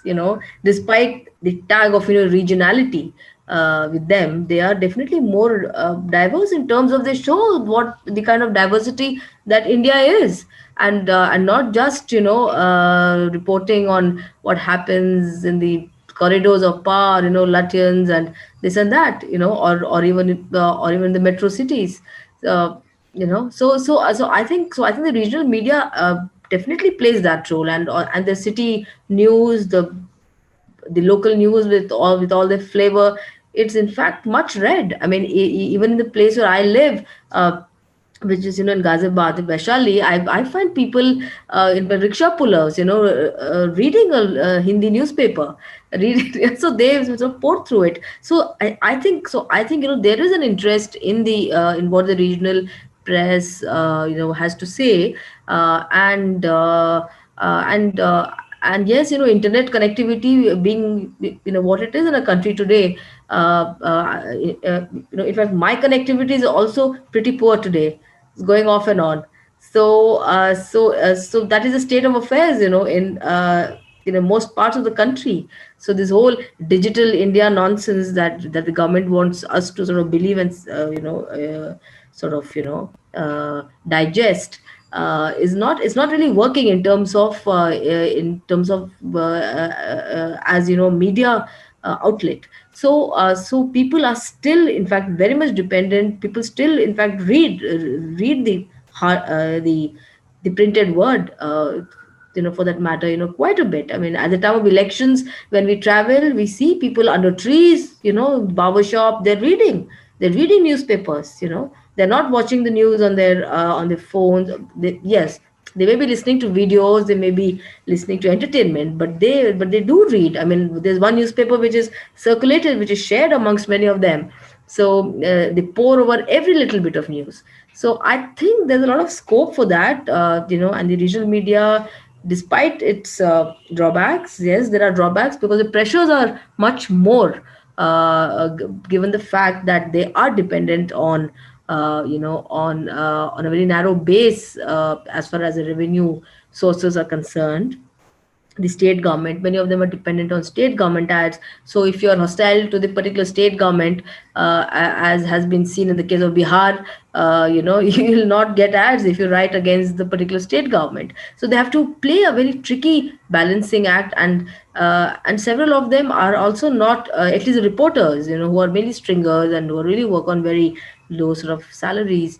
uh, Several of them are not really part of the social circles of the ruling political elite and also the corporate sector. But yes, but they are playing a role. I think they do have a role, and they are playing a good role. Yeah. So I would say that I'm not competent in talking about regional newspapers, partly because I don't know much about that. But I do know that when it comes to regional news channels, all these news channels have to be in some way or the other aligned with local state governments, right? Or a political party which has money. Otherwise, they cannot operate. In fact, there's a large-scale consolidation in the regional news space. ABP, for instance, Anand Bazar Patrika Group owns several regional channels. You know that there used to be ETV, which is Inadu TV, an entity which had spread across India, setting up various regional channels.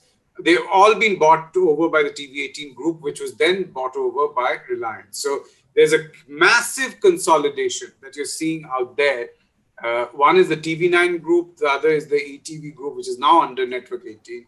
So there's a massive consolidation. There's a hub and spoke system, which we saw in the US from the 1990s, where content, the large major content is actually generated centrally. It is uplinked to the local networks, and the local networks just add on a certain amount of local news. Yes, it is cheaper to run newspapers, and even as Rajalakshmi was saying, that a lot of the content is actually collected by stringers. Stringers in general are a combination of people interested in news who want to be journalists, reporters, and fixers. This is an important thing to remember. They are people who reporters from the city go and they say that I want to meet a farmer with 2 acres of land, or where can I get people who fight with each other, or what is can you get me to speak to a local brewery shop. The stringer is an arranger, right? And this is actually happens all over the world. In fact, there's a great graphic novel about, I think, Serbia called The Fixer, right? So they fix news. They are able to fix. I remember going to report from Haryana once, and there was one stringer who came and attached himself to us. And he was reporting for 5 newspapers. He had cards for each of them. They put up us, we were reached late and we were in a hotel which was strictly vegetarian. The stringer got us chicken supplied there through a local politician. So I'm saying that you have to understand that there is a power system, a network of power which operates on the ground. To control news, to control information is one of the great ways to reproduce power. And to think that those who are powerful will let that be is naive. It is never going to happen and it cannot happen. Of course, I can see a question here directed at me which says that the person is very unhappy to hear me say that there is no such thing as a 4th pillar of democracy, right? Now, and you're asking me, how do you reach people? Well, you reach through political organization. Do not depend on the media, because the media is not going to run that fight. And the reason I was earlier saying that corporates are the biggest censor, you can today easily get a piece published against the government. It's not difficult, right? It's not difficult at all. I write about 3 to 4 columns a week. I write about 15 columns a month, 15 to 20 columns a month, right? Articles a month for various websites and newspapers. And they're usually critical of the government, critical of economic policies. You cannot get a piece published against corporates. It's not going to happen. They'll find some excuse to say, oh, we are full, we have some issue. So the only places which will publish it is these independent entities like maybe The Wire, or Scroll, or NewsClick, right? NewsClick, which I'm associated with now. So I'm saying that these are the organizations which will publish you. And so there are certain models which can be developed. And these models have to be very clever. They have to be models which are very political, in the sense that you have to recognize that the media is political. So when you're fighting a political battle, you have to fight it in a political manner without having any naive expectations that you're going to reach the same number of people that Times of India reaches. You won't. You'll have to find a way to reach them, right? You have to find a way to ensure that people click and come and watch you, click and read you, right? So you have to use all the methods that are available to you to do that. And it is a losing battle because you cannot fight money in that sense. Ultimately, you cannot play the role of a political party. It's for the political party to play that role. The next question is from Reva. Do you think TRP is a true indicator of what people want to watch? If not, then what do you think would be an alternative to it? Okay, I'll answer this question. TRPs are a good indicator of what people watch. It is very different from what they want to watch. People do not know what they want to watch. This is a simple truth, and endless years of research shows that. There are studies done by MIT on US viewers. There's studies done by BBC for years, and it tells you that viewers have no idea about what they watch. Television viewing is a very, very subconscious, unconscious process. No one knows what they're watching. They do not recall what they're watching. Often they do not know what channel they watched a thing on. They don't know how long they stayed on a channel. The way to catch a viewer is not to know what they want to watch. The way to catch a viewer has always been in television to know what they watch in spite of their own volition, in spite of what they want, right? Because you see, you have to understand the difference between television and print. Television is a very strange medium, especially news. It exists as if it does not exist. I'm trying to say this to you, that it is as if it is absent. You watch news and you think that I'm there. I'm watching something that is unfolding. I have direct access to things which are happening out there, right? So television, when it represents to you a certain event, it is as if it is absent. It has disappeared. It's a window through which you're watching it. Newspapers always are post facto. They're the next day. There's a headline, a big headline. You read it and you know, and you compare newspapers or whatever, even if you don't, you know it is post facto. You read it when you are going to work, when you're most alert in the morning, when you're preparing for the day. You watch television when you've come back home, you are tired, and you now want to sit down and relax. So television by its very nature becomes a form of what we Bengalis call adda, or in chat discussions, right? So it's in the nature of television to be that. It's in the time of television to be that, right? So television is a very, very strange medium, and it is a medium which essentially is always going to be something that can capture viewers even without viewers ever knowing what they're doing.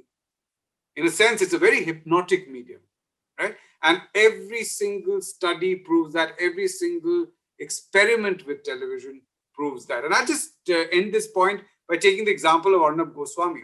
Arnab left NDTV and went to Times Now in 2004, towards the end of 2004. And for 4 years, he suffered. He virtually couldn't do anything because he tried to establish an old school news channel, just like a BBC or something, reporting from across India, doing latest breaking news and stuff like that. It didn't work for him. So he essentially copied a very successful American model known as Fox News. Many of you would have heard it. Simply copied and did it. And 26/11 was a turning point for him, which pushed him forward. From there, he never got off that horse, right? So therefore, we can keep saying that this is terrible and I don't watch news, which is true. I doubt how many of us here actually even switch on a news channel. I don't know how many do. I haven't watched news for 6 years. Even when I was head of a news channel, I never watched it, right? I only watched it when I was in office or when I was when I was doing the news myself. So what I'm saying is, effectively, news media, we all know, exists in a different space. Unfortunately, it reaches many people. It has a massive ability to control and put things into people's mind, because people think it is immediate, it is live, it is unmediated. That is its biggest danger. And that is why I say that there is no space outside the rating system to gauge how viewers, and of course by ratings, now everything is digital, so you can actually put a chip in every home, tell them to sign a thing saying that, okay, I'm allowing you to take the data. There are 20 crore television households in India with connections. There are about 84 crore viewers in those households. So it's not very difficult to put those chips in each box, at least to know what a household is watching, as long as they allow you to do that. So maybe you get, but that viewership is not going to be different. There'll still be Republic TV most watch, I can guarantee. If you ask every person watching, it will still be Republic TV most watched news channel, because it is simply playing the game that any one of us can do, you and I can do, and get ratings. That's the reality of television. Rajalakshmi, do you want to respond to this? You are on mute.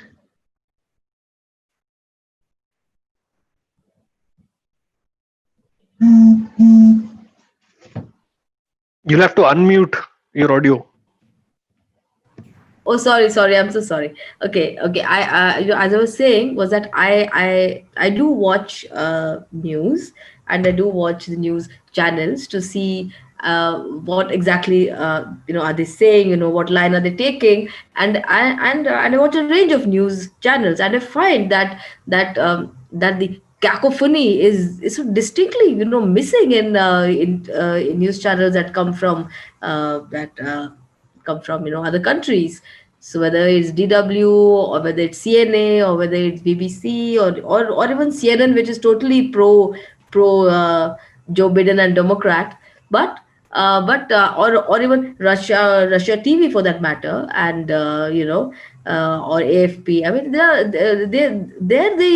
the noise level is really at a very, very low level, and there is scope for discussion. It's all done very calmly. Even the most heated, even the most controversial topics, are sort of discussed with a certain sophistication, which I seem to be so distinctly missing in our news in our newsroom discussions. And as I said, this is a deliberate ploy. This entire thing about about shocking the viewer with the decibel levels, drowning, having so many speakers at one go. You don't let the viewer really think, cogitate, reflect, right? So it's a part of I think a deliberate strategy. Yes, to boost revenues also, maybe more eyeballs, you get more, you get hooked onto it, and maybe if the anchor is reasonably good looking, you might continue watching her or him also.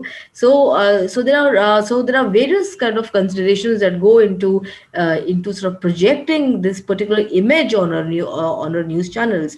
And clearly, so it's a shock and awe strategy. It's clearly a shock and awe strategy, that this whole loudness that is sort of inflicted on people.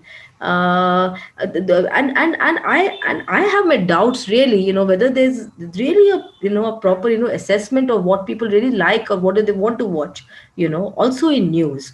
I mean, if it's uh, uh, the Indian public, yes, they do have a range to choose from now, because of cable TV, and because of various other sources of information. They have a range to choose from, and so it can't be said that that there's no choice as such.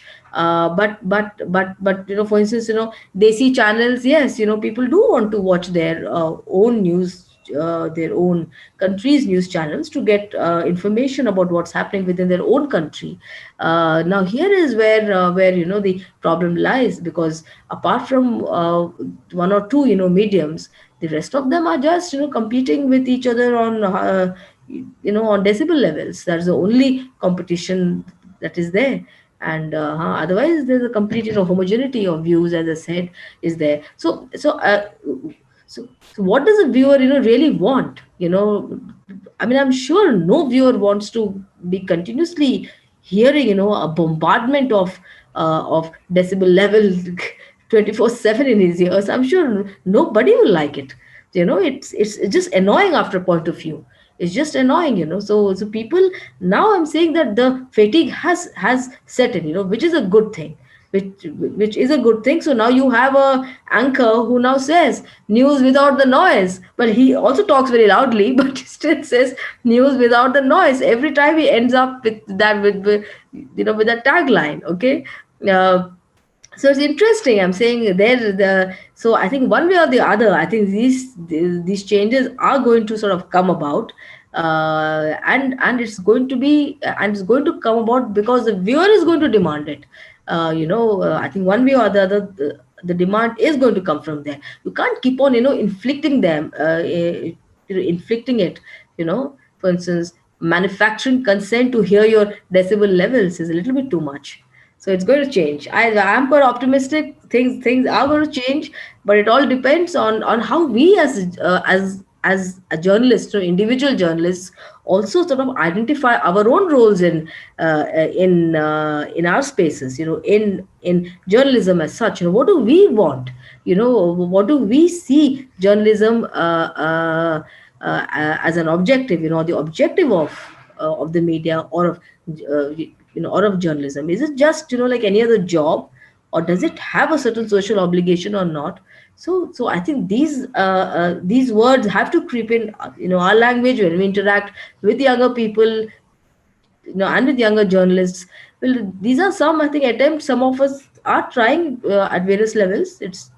Sometimes it works, sometimes it doesn't work. Now it's very interesting that when attacks on the media take place, more and more journalist organizations, I think, despite the limited powers that they have, they still at least put out a statement. I think it's a huge thing. I mean, it was not so. In the previous days, we had only the press council, or maybe the editors guild, or maybe the press club of India. But now we have more and more journalist organizations. Well, I don't know about the new associations which are being formed, and what kind of interests are they going to support, or stands that they sort of plan to take. But yes, but you have the, I think, liberal sections of media also are getting organized. At the same time, the right wing is also getting organized. because they also realize that okay, here is a vacuum. We should not let this space of dissent go entirely in the hands of the left.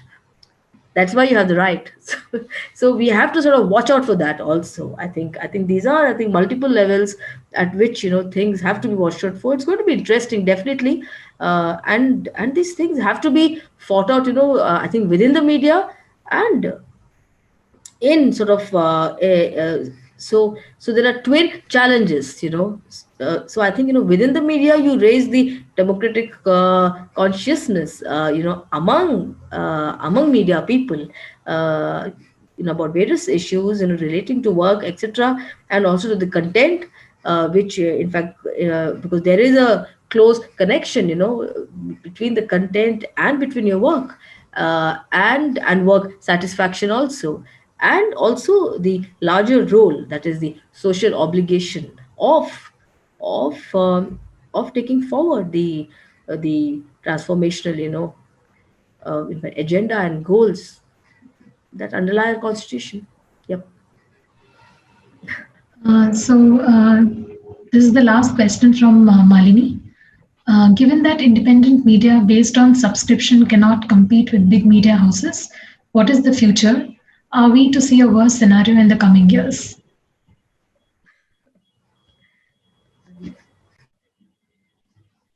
Yes, I think in the coming years, we're going to see a worse situation, because I think especially in India, we're going to see a consolidation by Reliance, Reliance Industries, and we'll see that happen in Jio, and probably in a lot of ways in collusion with the government of India. What happens in 2024 could destabilize that, but in the immediate future, we are going to see that happen, because COVID-19 has broken the back of independent media, especially those who are dependent on subscription and some sort of revenue and some sort of grants. They are in deep trouble right now, and a lot of startups are in trouble. So I think we'll see that consolidation. We'll see many of these companies being bought over by bigger giants through fronts, and then we'll see that take place. In my opinion, I think that one has to distinguish between when we say that corporates operate with the government. I think the corporates also use the media as a bargaining chip. And we saw that happen from 2012 onwards in India, right? The media suddenly turned against the UPA government, not because they were suddenly rising up for democracy, or that they'd suddenly become pro-BJP or pro-RSS. It's the corporates who thought that this government needs to be taught a lesson or removed. Either way, there could be a time when you could see a consolidation on the one hand, and there could be certain larger corporate houses which would have a problem with Reliance taking over such a large part of the news media, and they could end up creating a counter media as well. And we'll see. It all depends on how things change on the ground. If things change on the ground politically, if this government gets politically weakened, if the BJP gets politically weakened, then you'd suddenly see spaces opening up for journalists you like. Now, this is an important point to make. Journalists you like, right? Because actually, we should not see it as individuals at all. We need to see it as a system or a structure. News organizations are exactly where they are. The people manning those places, or the women and men who are working there, the news desks, the reporters, they're broadly the same people. It's the editors who have changed. It's the editors who have been moved out. Certain people have been raised to the level of editor. When the government changes, there'll be a musical chairs, and that'll change again. Some anchors who have gradually been eased out, especially in the Hindi news space, they might be brought back in. So I'm saying that essentially it'll be something that you will be less uncomfortable with, right? Or I will be less uncomfortable with, right? That choice. It's like saying the least of all evils. Maybe it's not. At least it's not communal. At least it's not regressive. At least it's not anti-women. So that would obviously be something that I would support. But to think that essentially is going to uphold democracy, it's going to question the rule of the market, it is never going to happen. Right? Even the most liberal journalists you follow right now do not question this market ever. They do not question corporates ever. And I'm not talking about left journalists, which are, only appear in a few small independent entities like the Wire, Scroll, or NewsClick. I'm talking about people who have been against this dispensation, right? They will never question anything that has to do with corporate. So in a sense, I think that is a crucial part which is not going to change. Yes, you will have, I hope, some kind of an opening for asking questions against the way in which there's been a complete hegemony of right-wing ideologies. Rajalakshmi, do you want to respond to this? This is the last question. Yeah, just in one line. I think that the solution will come from the viewers themselves, from the readers and the consumers of of the media. It will come from there, and I think. As the crisis within the media also sort of increases, I think journalists would also show at most spine, I think, in the coming years, and stand up for their rights, and also protest against the content, the dumping of content in their in the areas that they work. Because as I said, the two things are so connected. The entire denigration of the of the journalist today, and the and the degeneration in content. It just goes hand in hand. So I see that these things can be worked for, and I think there is a greater consciousness coming, because the more you sack journalists, the journalists are not sitting back. Today a group of journalists have taken a leading publishing house to court also. And so it's not that in fact, journalists these are the kind of journalists who I would never even expect would have gone to court. So they have done so. So it's like there is a will to fight back. There is a sense of injustice that's happening, and helplessness too. But I think the more the crisis worsens, I think the alternatives to find a solution will also come up from within the people who constitute the media. That is the working people who constitute the media, yeah, and also the viewers. We are done with the questions. Thank you, Aunindyo and Rajalakshmi. I now hand over to Pranav. Thank you very much. Yep. Thank you so much, everyone, for being with us for the talk today. And I'm sure that this talk must have left a lot of us with a lot of food for thought. And for that, I must thank the speakers, Aunindyo and Rajalakshmi. It is a fantastic talk. And on behalf of Anveshan, we're really thankful to you for taking out time for this talk. So thank you, everyone, for being with us today. And I hope that we see you for our talks in the future also. I'm going to leave 2 links in the chat box to our Facebook page and our YouTube channel. You can follow us there. And we'll upload the video for today's talk on our YouTube channel in a couple of days. So thank you, everyone, for being with us today. Thanks. Thank you. Thank you.